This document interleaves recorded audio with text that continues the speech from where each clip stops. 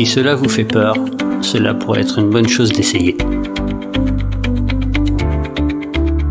Bienvenue dans ce nouvel épisode de Dans la tête de, le podcast où je vous invite à plonger dans les idées et les stratégies des plus grands penseurs de notre époque. Aujourd'hui, j'ai l'honneur de vous présenter un maître du marketing moderne, quelqu'un qui a révolutionné notre manière de penser la créativité et l'entrepreneuriat, Seth Godin. Pour ceux qui ne le connaissent pas encore, Seth Godin est bien plus qu'un simple expert en marketing. C'est un visionnaire, un auteur à succès et un influenceur dans le domaine de la créativité. Il a écrit des best-sellers comme La Vache Pourpre, Tribu et Linchpin, des ouvrages devenus des classiques lus par des millions de personnes à travers le monde. Ses idées sur l'art de se démarquer, de créer de la valeur authentique et de construire des communautés de valeurs partagées ont transformé notre façon de voir le marketing. Cet épisode est une occasion unique d'entrer dans l'esprit de Seth Godin, de découvrir sa vision du marketing, non pas comme un simple outil de vente, mais comme un moyen de connecter les gens, de susciter l'innovation et de créer du lien. Dans un monde saturé de messages et de publicité, Seth nous apprend à nous démarquer par l'authenticité, à attirer l'attention en osant être audacieux et à bâtir des communautés solides basées sur la confiance. Dans cet épisode, nous allons explorer 3 concepts clés de Seth Godin, des idées qui vont au-delà du marketing pour offrir de véritables leçons de vie. Tout d'abord, la création de valeur unique pour se démarquer. Seth nous explique comment apporter une touche personnelle et différenciante pour sortir du lot dans un monde où tout semble déjà vu et revu. Ensuite, le pouvoir des communautés et des tribus. Comment créer et fédérer des groupes de personnes autour de valeurs communes, un aspect central dans la vision de Seth. Et enfin, la prise de risque et l'audace dans la créativité, pourquoi il est essentiel de prendre des risques et de se rendre indispensable pour rester innovant et pertinent. Cet épisode est une mine d'inspiration pour tous ceux qui cherchent à comprendre le marketing, mais aussi à développer leur créativité et à donner plus d'impact à leurs projets et à leur vie. Si vous êtes prêt à découvrir les enseignements de ce maître du marketing et de l'innovation, alors bienvenue dans la tête de Seth Godin. Commençons par un des principes centraux de Seth Godin, la création de valeur unique pour se démarquer. Dans un monde où nous sommes constamment sollicités par toutes sortes de messages, Seth nous rappelle qu'il ne suffit pas simplement d'attirer l'attention. Il faut aussi marquer les esprits, et cela passe par l'offre de quelque chose de différent, qui fait vraiment sens pour les gens. Pour Seth, la clé est de cultiver ce qui rend notre offre unique, qu'il s'agisse d'un produit, d'un service ou même d'une idée. Il explique que l'époque où l'on pouvait réussir en cherchant à toucher tout le monde est révolue. Aujourd'hui, il s'agit de se concentrer sur des niches, de s'adresser à des audiences qui cherchent des expériences ou des valeurs spécifiques, quelque chose qui leur parle directement. Se démarquer, selon Seth, ce n'est pas forcément être extravagant ou hors norme, c'est avant tout offrir quelque chose de vrai, de sincère, qui résonne avec ceux qu'on veut toucher. Alors un conseil concret pour créer cette valeur unique, commencez par vous poser des questions sur ce qui vous distingue vraiment. Qu'est-ce que vous proposez que les autres ne font pas? Quelle est la touche personnelle que vous pouvez apporter? Cette réflexion peut partir de vos passions et valeurs personnelles, car plus votre offre est alignée avec ce qui vous motive profondément, plus elle trouvera un écho authentique auprès de votre audience. Seth illustre ce concept avec l'image de la vache pourpre. Imaginez que vous conduisez le long d'une route bordée de champs. Au bout d'un moment, toutes les vaches que vous voyez finissent par se ressembler. Mais si soudain, l'une d'entre elles est pourpre, elle attire immédiatement votre attention. C'est cette différence, cette capacité à surprendre de manière mémorable que Seth nous invite à intégrer dans notre offre. Pour vous aider à trouver cette vache pourpre, essayez de réfléchir à ce que vous pourriez faire de vraiment différent, que ce soit par le service, le style ou même l'approche. Peut-être que c'est en ajoutant un détail inattendu, une touche personnelle ou une expérience client qui dépasse les attentes. L'idée, c'est de créer quelque chose qui reste gravé dans les esprits des gens, qui les fait revenir pour cette spécificité que vous seul pouvez offrir. Un autre aspect essentiel pour Seth est de répondre aux vrais besoins et désirs de votre audience. Il nous encourage à comprendre profondément notre public, à écouter leurs retours et à répondre à leurs attentes. L'idée, ce n'est pas de plaire à tout le monde, mais de répondre de manière sincère et ciblée à ceux qui sont vraiment intéressés par ce que vous avez à offrir. Pour mieux comprendre votre audience, prenez le temps de recueillir leurs impressions, leurs questions, leurs suggestions. Cela peut se faire par des échanges directs, des sondages ou même en analysant leurs réactions sur les réseaux. Ces retours sont précieux car ils vous aident à affiner votre offre et à ajuster pour qu'elle colle encore mieux aux besoins réels de votre audience. Enfin, Seth nous rappelle de rester authentique et fidèle à nos valeurs. Se démarquer, ce n'est pas essayer de tout faire pour attirer l'attention, mais c'est aussi savoir rester aligné avec ce qui nous tient vraiment à cœur.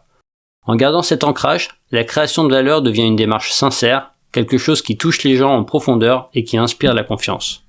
Et pour rester authentique, n'hésitez pas à partager vos valeurs, votre vision et même votre histoire. Plus les gens comprennent ce qui vous motive et ce qui rend votre projet unique, plus ils seront connectés à votre offre. Cette transparence permet de créer une relation forte et durable avec votre audience. En suivant ce principe de création de valeur unique, vous pouvez non seulement sortir du lot, mais aussi marquer les esprits et bâtir des liens durables. Comme le dit Seth Godin, il vaut mieux être remarqué pour quelque chose de vrai que d'être ignoré pour quelque chose de commun. Poursuivons avec un concept central dans la vision de Seth Godin, le pouvoir des communautés et des tribus. Pour Seth, bâtir une communauté, ce n'est pas seulement rassembler des gens autour d'un produit ou d'un service, c'est créer un espace où les personnes se sentent connectées, inspirées et engagées autour d'une vision ou de valeurs partagées. Seth nous explique qu'une tribu a besoin de 3 éléments pour se former et prospérer. Un leader, une vision claire et un sentiment de connexion entre les membres. Mais pour lui, être un leader, ce n'est pas imposer une autorité ou une vision rigide. C'est plutôt inspirer les autres, montrer une direction et donner à chacun la possibilité de contribuer. Aujourd'hui, les gens ne cherchent plus seulement des produits ou des services, ils cherchent un sens, un sentiment d'appartenance. Et c'est là que l'idée de communauté fait toute la différence. Seth nous montre que les tribus changent la donne. Elles permettent à une marque ou à un projet de bâtir une relation durable et profonde avec son public. Plutôt que de simplement vendre un produit, il s'agit de créer un mouvement, une expérience partagée. Cela est particulièrement puissant pour les entrepreneurs, les artistes ou toute autre personne qui souhaite avoir un impact. L'objectif est d'offrir quelque chose dans lequel les gens se reconnaissent, quelque chose pour lequel ils sont prêts à s'investir. Alors, un conseil pour construire votre tribu, commencez par définir clairement vos valeurs et votre vision. Qu'est-ce qui vous inspire profondément? Qu'est-ce que vous souhaitez transmettre? Plus votre vision est précise, et plus elle résonnera avec ceux qui partagent les mêmes idées. Engagez ensuite un dialogue avec votre audience. Invitez-les à participer, à donner leur avis, à faire partie du projet. Donnez-leur l'opportunité de se sentir impliqués activement, même à travers des petits rôles ou contributions. Seth insiste également sur l'importance de créer des rituels et des moments partagés au sein de votre communauté. Ces rituels aident les membres à se sentir connectés et à se rapprocher de votre vision. Cela peut être des rencontres régulières, une newsletter spéciale, des défis ou même des contenus exclusifs. Ces moments nourrissent la communauté et renforcent le lien entre ses membres. Un autre conseil pour instaurer ces rituels, identifiez des moments où vous pouvez engager la communauté autour d'une expérience commune. Par exemple, un rendez-vous hebdomadaire, une rencontre en ligne ou même un projet collaboratif.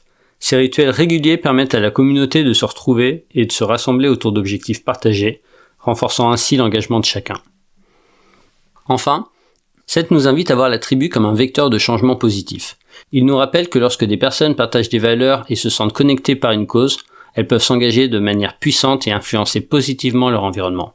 Créer une tribu, c'est aussi donner aux gens l'opportunité de faire partie de quelque chose de plus grand qu'eux-mêmes, de se sentir utile et d'apporter une contribution. Conseil pour amplifier l'impact de votre tribu. Proposez à vos membres des actions concrètes, des projets ou même des causes auxquelles ils peuvent participer. Cela renforce leur implication, leur donne une raison supplémentaire de faire partie de la communauté et crée un cercle vertueux d'entraide et de solidarité. En bâtissant une tribu, vous ne créez pas seulement une audience fidèle, mais une communauté engagée autour de valeurs communes. Comme le dit Seth Godin, les tribus sont l'avenir du marketing, car elles touchent ce que les gens ont de plus précieux, leur désir de connexion et de sens. En créant une tribu, vous construisez un lien de confiance, une relation authentique qui transcende le simple produit ou service. Pour finir, abordons un autre pilier de la philosophie de Seth Godin, la prise de risque et l'audace dans la créativité. Dans un monde saturé d'idées, de produits et de messages, Seth explique qu'il ne suffit plus de se conformer aux normes. Il faut oser sortir du cadre et même parfois aller contre-courant pour se faire remarquer. C'est cette audace, cette volonté de s'aventurer hors de sa zone de confort qui permet de créer de l'impact et de se distinguer de manière durable. Pour Seth, prendre des risques ne veut pas dire agir sans réflexion. C'est surtout accepter l'idée que l'échec fait partie du processus créatif. Il nous rappelle que la peur de l'échec est souvent l'obstacle principal à l'innovation. Lorsqu'on cherche constamment à éviter le moindre risque, on finit par créer des choses prévisibles, des idées fades, qui ne surprennent plus personne. Mais en accueillant l'incertitude, en étant prêt à prendre quelques risques, on s'ouvre à des idées nouvelles et authentiques, celles qui peuvent captiver et réellement toucher les gens. Un conseil pour dépasser cette peur de l'échec. Adoptez ce que Seth appelle la culture du test. Plutôt que de voir chaque projet ou idée comme un tout ou rien, considérez-les comme des expériences, des essais à petite échelle. Testez vos idées avec un petit groupe, observez les retours et ajustez aux besoins. Cette approche permet de limiter les risques tout en restant ouvert à la nouveauté. Plus on adopte cette mentalité de l'expérimentation, plus on développe notre capacité à s'adapter, à progresser, même en cas de revers. Seth souligne aussi l'importance de cultiver une créativité audacieuse, une créativité qui se distingue par sa sincérité et son courage.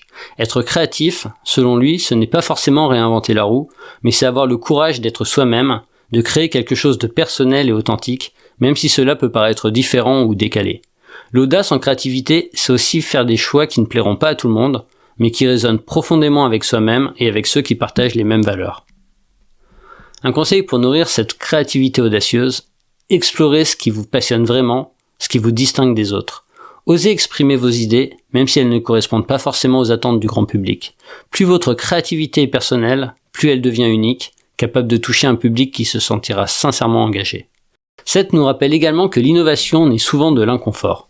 Il nous invite à ne pas fuir les défis ou les moments d'incertitude, mais de les accueillir comme des opportunités.